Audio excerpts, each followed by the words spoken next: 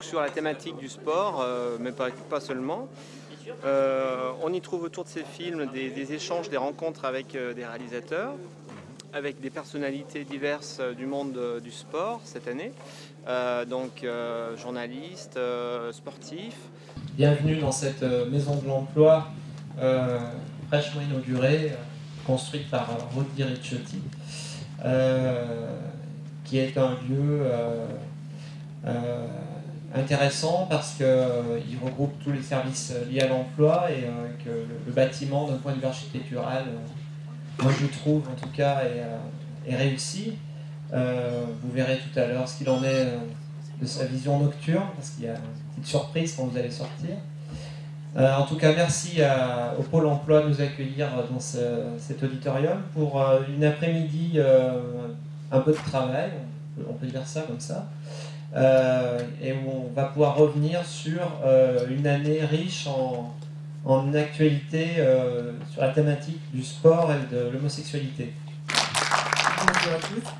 Donc je vais vous présenter le pourquoi de cette thématique, le pourquoi de ce séminaire. Et donc en fait tout a démarré du fait que l'année 2010 a été l'année de la lutte contre l'homophobie dans le sport, une année mondiale organisée par la Fondation Émergence au Canada. Et nous avons décidé de nous y associer en fait, parce qu'à Saint-Étienne on s'est très vite rendu compte qu'il y avait des problèmes au niveau dans le football, dans les sports collectifs, c'était particulièrement criant. Et comme on est très consciencieux, en fait, on a eu envie de creuser la question et de faire vraiment un état des lieux, savoir ce qu'il en était à l'heure actuelle de l'homophobie dans le sport, et notamment les sports collectifs. Nous aurons demain un débat qui commencera par le film de Michel Royer sur sport et homosexualité, c'est quoi le problème, et la teneur de ce film nous amènera à nous pencher sur les problèmes d'homophobie dans les sports collectifs.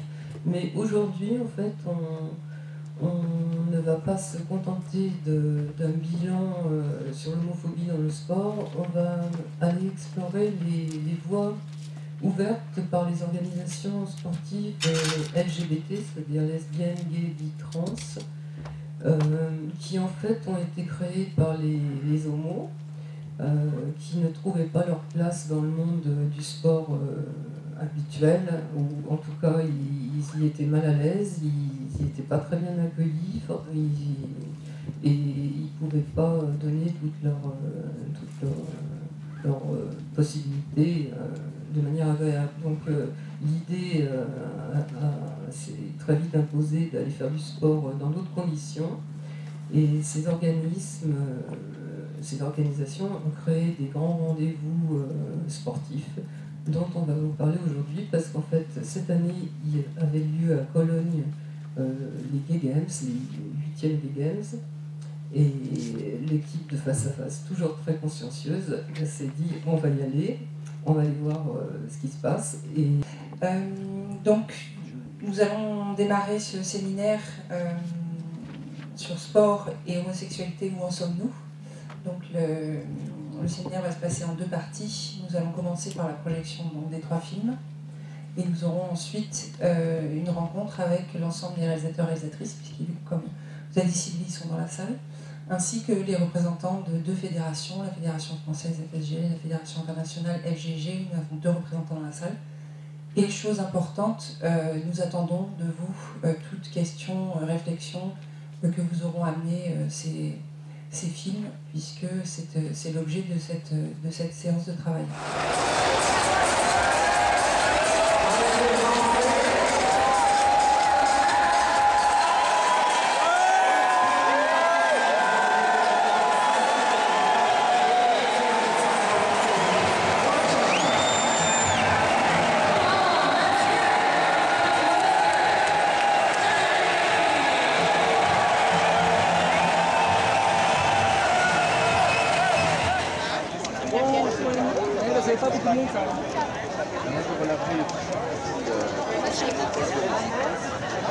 Étienne?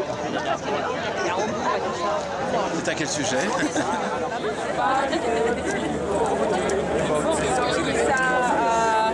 c'est pas un film qui a été écrit, donc on est parti un petit peu à l'aventure. Même si on avait quand même réfléchi un petit peu sur quoi on allait partir.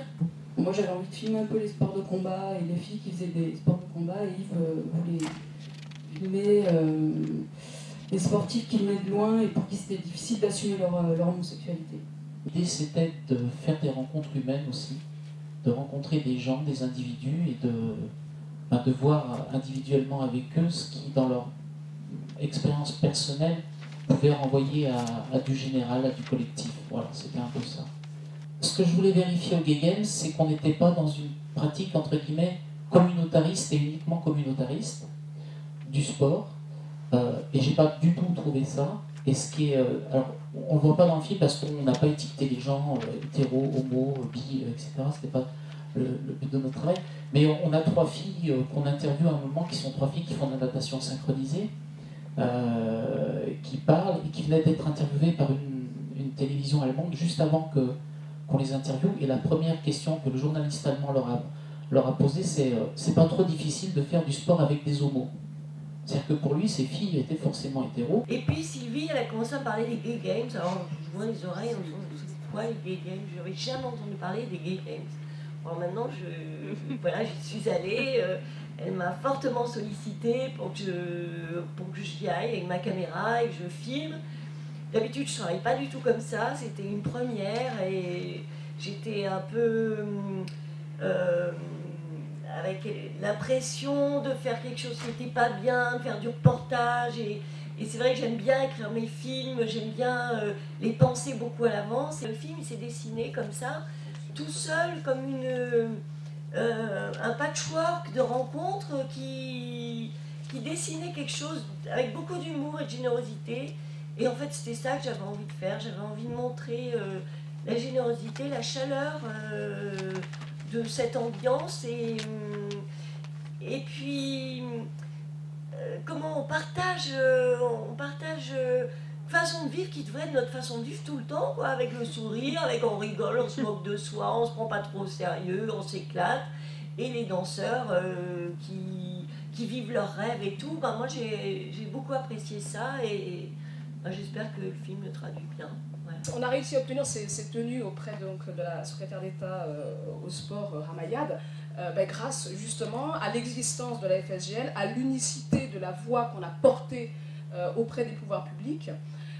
Donc ça c'est possible parce qu'on rassemble, parce qu'on fédère, parce qu'on existe. C'est sûr qu'une trentaine d'associations, si chacun parle dans son coin, peut-être haut et fort, mais ça reste dans son coin, on a un petit peu moins de force. Ça a commencé dans les années 80, en 82 plus précisément, à San Francisco. C'était l'initiative d'un sportif de haut niveau, compétiteur en décathlon au JO de Mexico, le docteur Tom Waddell, qui était médecin, qui était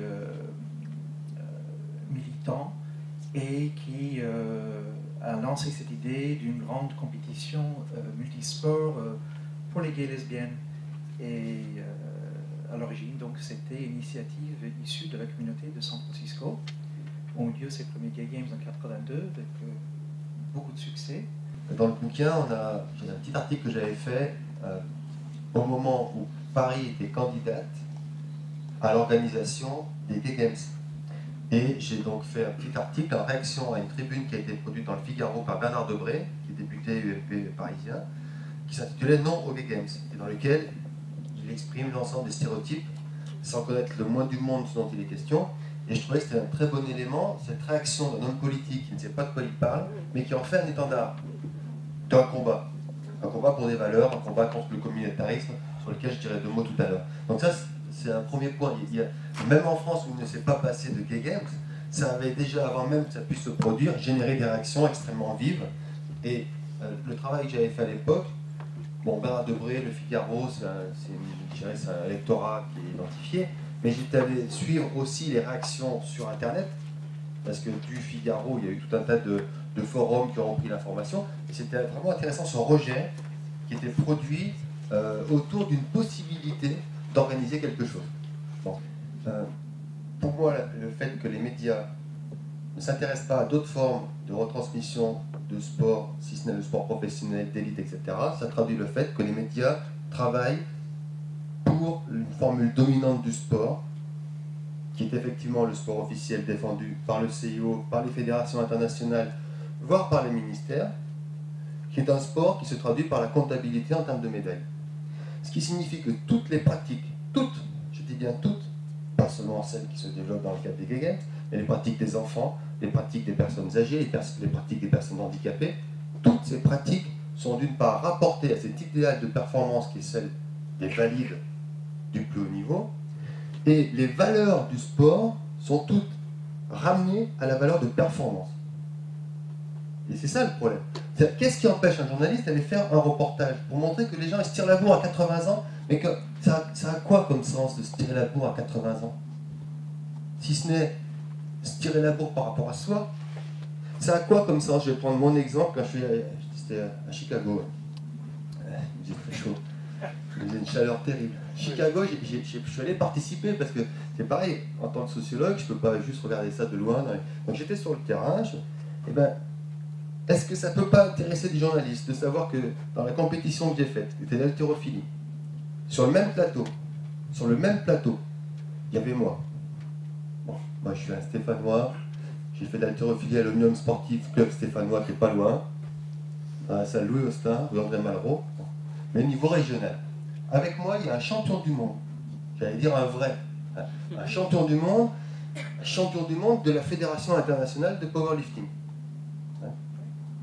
Et en même temps, donc, il y avait un champion du monde, il y avait moi qui étais un tocard pour les journalistes, et il y avait une dame en fauteuil, donc on n'a pas le même sexe, elle est en fauteuil, et on se retrouve avec un champion du monde, un homme valide et une femme handicapée. Ça, c'est incroyable, franchement. Voilà, ben, ça c'est incroyable, et ça, est-ce qu'il n'y a pas un journaliste que ça peut intéresser?